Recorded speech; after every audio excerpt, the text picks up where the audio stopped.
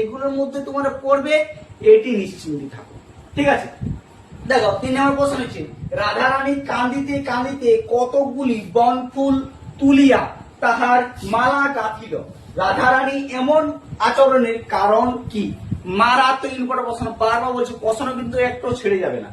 দেখো 4 নম্বর প্রশ্ন হচ্ছে, এই রূপ যে ব্যক্তি রাধারানীকে লইয়া চলিল, সে ব্যক্তিকে এরূপ বলতে লেখক কি বলতে চেয়েছেন?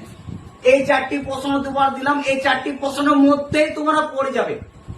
এই 4টি প্রশ্নের মধ্যে তোমাদের পরীক্ষা হলে কোশ্চেন পেপারে এই প্রশ্নগুলি পাবে। বাড়তি আরো যে প্রশ্নগুলি সেটা যদি পুরোটি প্র্যাকটিস করে যাও, রাধারানী থেকে তোমার আর কোনো বড় প্রশ্নের চিন্তা নেই, একদম 100% শিওর। প্রতিটা প্রশ্ন ভালো করে প্র্যাকটিস করো। আর তোমাদের তো বললাম, তোমাদের শুধু রাধারানী প্রায় প্রতিটা বিষয়ে অধ্যায় ভিত্তিক সাজেশন দেওয়া হয়ে গেছে। তোমাদের আকাশে 7টি তারা, রাধারানী, ঠিক আছে, যতগুলি দেওয়া আছে, প্রতিটা সেকেন্ড টেস্টে যতগুলি তোমাদের বিষয়ে আসবে, প্রতিটা অধ্যায় ভিত্তিক সাজেশন অলরেডি আমাদের ইউটিউব চ্যানেলে ছাড়া আছে। সেইগুলো তুমি যদি না দেখে থাকো, ডিসক্রিপশনে লিঙ্ক দেওয়া আছে, সেকেন্ড থেকে দেখে নিতে পারো, বা আমার পেজে গিয়ে প্রতিটা সাজেশন ভালো করে প্র্যাকটিস করো। এবার 5 নম্বর প্রশ্নটা দেখে আমার সবথেকে গুরুত্বপূর্ণ।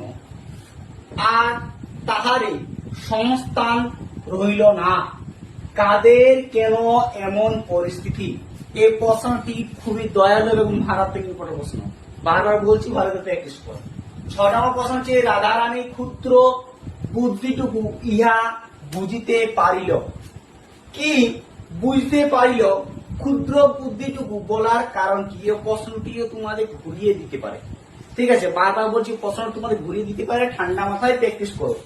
লাস্ট প্রশ্ন হচ্ছে 3 নম্বরে, আর দেবো না। ঠিক আছে, দেখো, কিন্তু কণ্ঠস্বর শুনিয়া রাধারানীর রোদন বন্ধ হইল। রাধারানীর রোদন বন্ধ হওয়ার কারণ লেখো।